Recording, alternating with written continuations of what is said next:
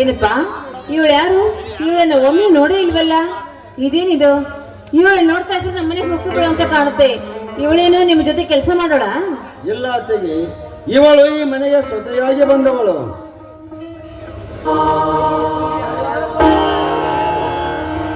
ಏನೋ ಇದು? ಈ ಮನೆಗೆ ಸೊಸೆಯಾಗಿ ಬಂದವಳ? ಏನ್ ಹೇಳ್ತಾ ಇದೀಯ ನೀನು? ಯಾರು ಏನು ಅಂತ ಗೊತ್ತು ಗುರಿ ಇಲ್ದ ಹೆಣ್ಮಗಳನ್ನ ಸೊಸೆ ಅಂತ ಇದೆಯಲ್ಲೋ? ಏನಪ್ಪ ಇದೆಲ್ಲ? ಕ್ಷಮಿಸಿರಿ, ಪರಿಸ್ಥಿತಿಯ ಬೆಳಂಗೋತ ನನ್ನನ್ನು ಬೆನ್ನು ಹತ್ತಿ ಇವಳನ್ನು ನನ್ನನ್ನು ಮದುವೆಯಾಗಲು ಕಲ್ಲಿಯವರಿಗೆ ಕರೆತಂದವಳು. ಇವಳು ಆ ಬಾಯಿರೇಗೌಡನ ತಂಗಿ ಶಕುಂತಲೆ. ಸಿದ್ಧಲಿಂಗ, ಹೋಗಿ ಹೋಗಿ ಸಾವಿನ ಹುತ್ತಲ್ಲಿ ಕೈ ಹಾಕಿ ಸಾವಿನ ಸಂಕೇತವನ್ನು ಸೋಚಿಕೊಂಡಿಯಲ್ಲೋ ಹುಚ್ಚ. ನಿನ್ನನ್ನು ಹೇಗೆ ಕ್ಷಮಿಸಲಿ ನಾನು? ಯಾಕೆ ನಿನಗೆ ಇಷ್ಟೊಂದು ಭಯ? ಈ ನಿನ್ನ ತಮ್ಮನ ಮೇಲೆ ನಿನಗೆ ವಿಶ್ವಾಸವಿಲ್ಲವೇ? ಬಿಡು ಆ ಮಾತನ್ನು. ಮೊದಲೇ ಅವರು ಸೋಲಿರದ ಸರ್ದಾರನೆಂದು ಕಾಲು ಕೆದರಿದ ಹುಲಿಯಾಗಿ ಬಡವರ ಮೇಲೆ ದರ್ಪ ತೋರು ಜನರಪ್ಪ ಅವರು. ಅಂದು ನೀ ಬರೆದ ಪತ್ರಿಕೆಯ ಪವಾಡದ ಬಗ್ಗೆ ಏನು ಮೋಸದ ಜಾಲ ಬೀಸಿದಾರೆಂದು ನಮಗಿನ್ನೂ ಅರ್ಥವಾಗುತ್ತಿಲ್ಲ. ಯಾಕೆ ಹೆದರತಿ? ಈ ನಿನ್ನ ತಮ್ಮ ವೀರ ಪುರುಷನೆಂದು ನಿನಗೆ ಗೊತ್ತಿದ್ದರು ದತ್ತು ಬಲ್ಲವಂತೆ ಮಾತನಾಡುತ್ತಿರುವೆಯಲ್ಲ. ಬಿಡು ಆ ಭಯವನ್ನು. ಆದರೂ ಸಹೋದರ,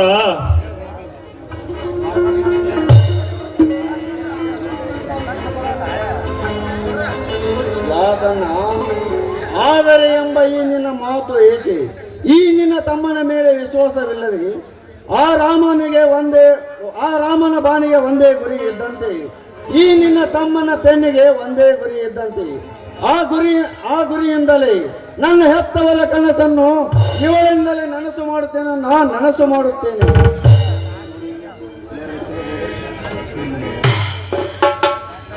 ಇದಕ್ಕೆ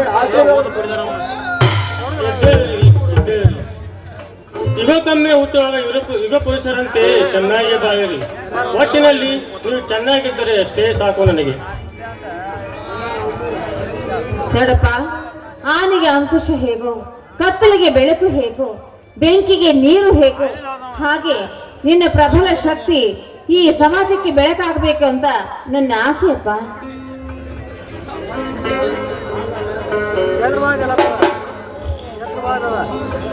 ಇದು ಶುಭ ಸಂತೋಷದಲ್ಲಿ ಒಂದೆಲ್ಲರೂ ಒಂದು ಗೀತೆಯನ್ನು ಹೊರಗೆ ಬನ್ನಿ. ಅಲ್ಲುಂಟು ಇಲ್ಲುಂಟು ಎಲ್ಲುಂಟು ಎಂದು ಕಾಣದ ದೇವರನು ಹುಡುಕುವುದೀಗೆ ಹರಿಯುವ ನೀರಲ್ಲಿ ಮುಳುಗುತ್ತ ಬಂದನಿಗೆ ಕಲ್ಪನೆಗೆ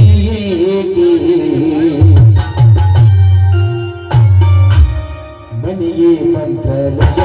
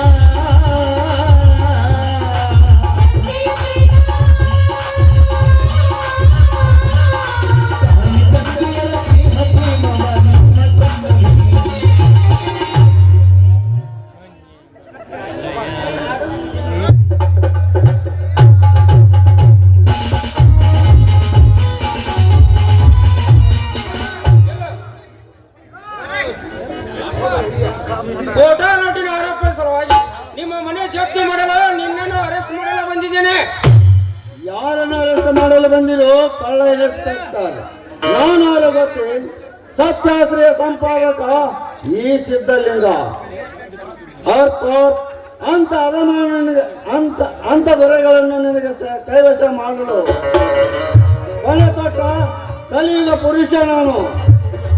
ಅದು ನನಗೆ ಚೆನ್ನಾಗಿ ಗೊತ್ತು. ಆದರೆ ನಮ್ಮ ಸ್ಟೇಷನ್ಗೆ ಬಂದ ನಿಪರ್ಪಶಂ ಪ್ರಕಾರ ನಿಮ್ಮ ಮನೆಯಲ್ಲಿ ಕೋಟಾ ನೋಟಿನ ಸುಟ್ಕೇಸಿದೆ ಜಪ್ತಿ ಮಾಡಲು ನಿಮ್ಮ ಮನೆಯಲ್ಲಿ ವಾರೆಂಟ್ ತಂದಿದ್ದೇನೆ ನೋಡಿ, ಜಪ್ತಿ ವಾರೆಂಟ್.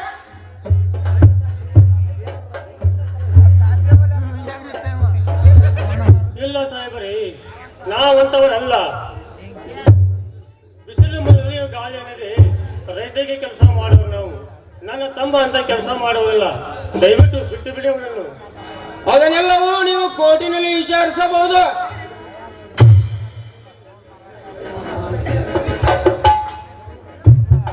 ಇನ್ಸ್ಪೆಕ್ಟರ್, ಲಂಚಕೋರನಾಗಿ ನೀನು ಇಲ್ಲಿ ಬಂದಿದ್ದೆ. ಆದರೆ ಲಂಚದಿಂದ ಹಾಕಿದ ನಿನ್ನ ಯೂನಿಫಾರ್ಮ್ ಬೆಚ್ಚಿ ಇಲ್ಲೇ ಸುಟ್ಟು ಹಾಕಿಬಿಟ್ಟನು ಎತ್ತರ.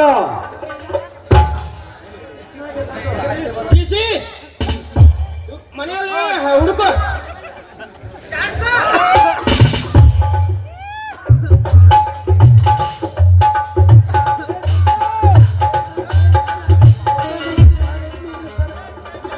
ಇದಕ್ಕೇನು ಹೇಳ್ತೇವೆ? ಪತ್ರಿಕೆ ಕೋಪ ಇಲ್ಲ ಸಾಹೇಬ್ರೆ, ಇಲ್ಲ.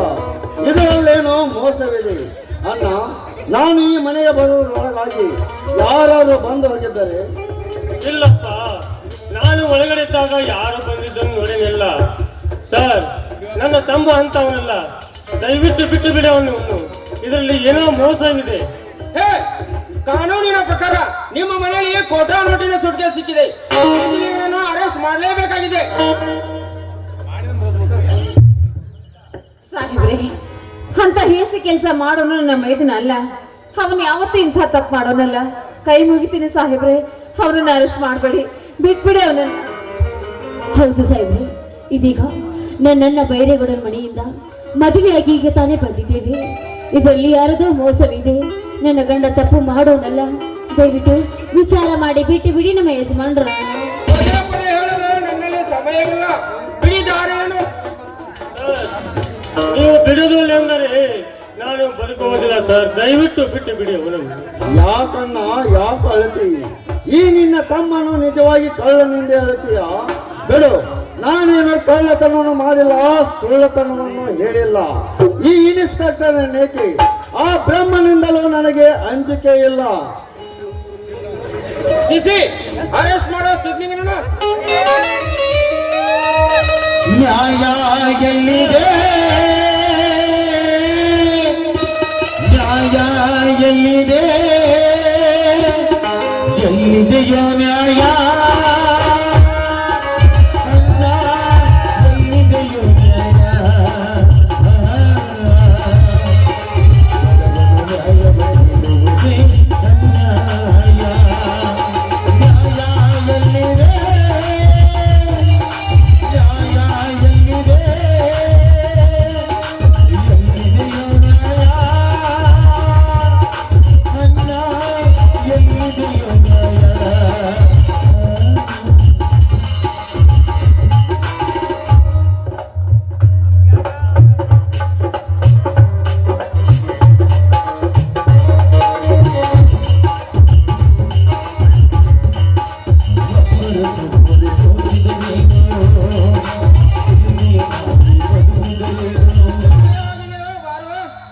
ಒಬ್ಬರನ್ನೊಬ್ಬರು ಮುಚ್ಚಿದರೆ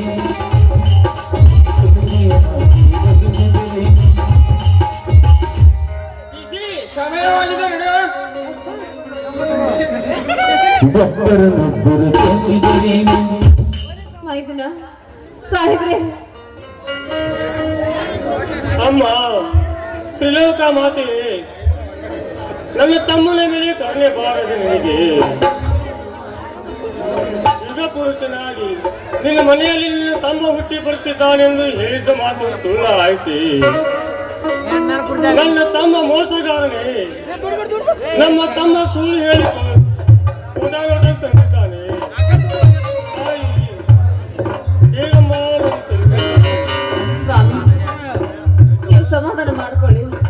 ನಾವೆಷ್ಟೇ ಕಣ್ಣೀರು ಮಿಡುಕಿ ಹತ್ತು ಕರೆದು ಕೂಗಿದ್ರು ಯಾರು ನಮ್ಮ ಸಹಾಯಕ್ಕೆ ಬರಲ್ಲ ರೀ. ಇದೆಲ್ಲ ದೈವ ಲೀಲೆ ನೋಡಿ. ಮೊದಲು ಹೋಗಿ ಆ ಪೊಲೀಸ್ ಹತ್ರ ಮಾತಾಡಿ ಹೇಗಾದ್ರೂ ಮಾಡಿ ಮೈದನ್ನ ಬಿಡಿಸೋ ಪ್ರಯತ್ನ ಮಾಡಿ. ಕಣ್ಣೀರು ಹಾಕ್ತಾ ಕುಳಿತರೆ ಏನು ಪ್ರಯೋಜನ? ಹೌದು, ನೀವು ಯಾವುದಕ್ಕೂ ಚಿಂತಿಸಬೇಡಿ. ಇದರಲ್ಲಿ ಯಾರ್ದು ಒಳ ಸಂಚಿದೆ ಅಂತ ನನಗೆ ತುಂಬಾ ಚೆನ್ನಾಗಿ ಗೊತ್ತಾಗಿದೆ. ನಾನು ನನ್ನ ಹತ್ರ ಹೋಗಿ ವಿಚಾರ ಮಾಡ್ತೀನಿ. ಆಮೇಲೆ ಬೇಲ್ ಮೇಲೆ ಕಳಿಸೋ ಜವಾಬ್ದಾರಿ ನನ್ನದು. ನೀವು ಯಾವುದಕ್ಕೂ ಚಿಂತಿಸಬೇಡಿ. ನಿಮ್ಮೆಲ್ಲರನ್ನು ವಿಚಾರ ಮಾಡಬಹುದೇ? ಅದರ ಬಗ್ಗೆ ಚಿಂತೆ ಬಿಟ್ಟು ಬಿಡಿ, ಅದಕ್ಕೆಲ್ಲ ನಾನಿದ್ದೇನೆ. ಈಗ ಕಣ್ಣಿ ಒಳಗೆ ಒಬ್ಬರನ್ನೊಬ್ಬರು ದೋಚಿದರೆ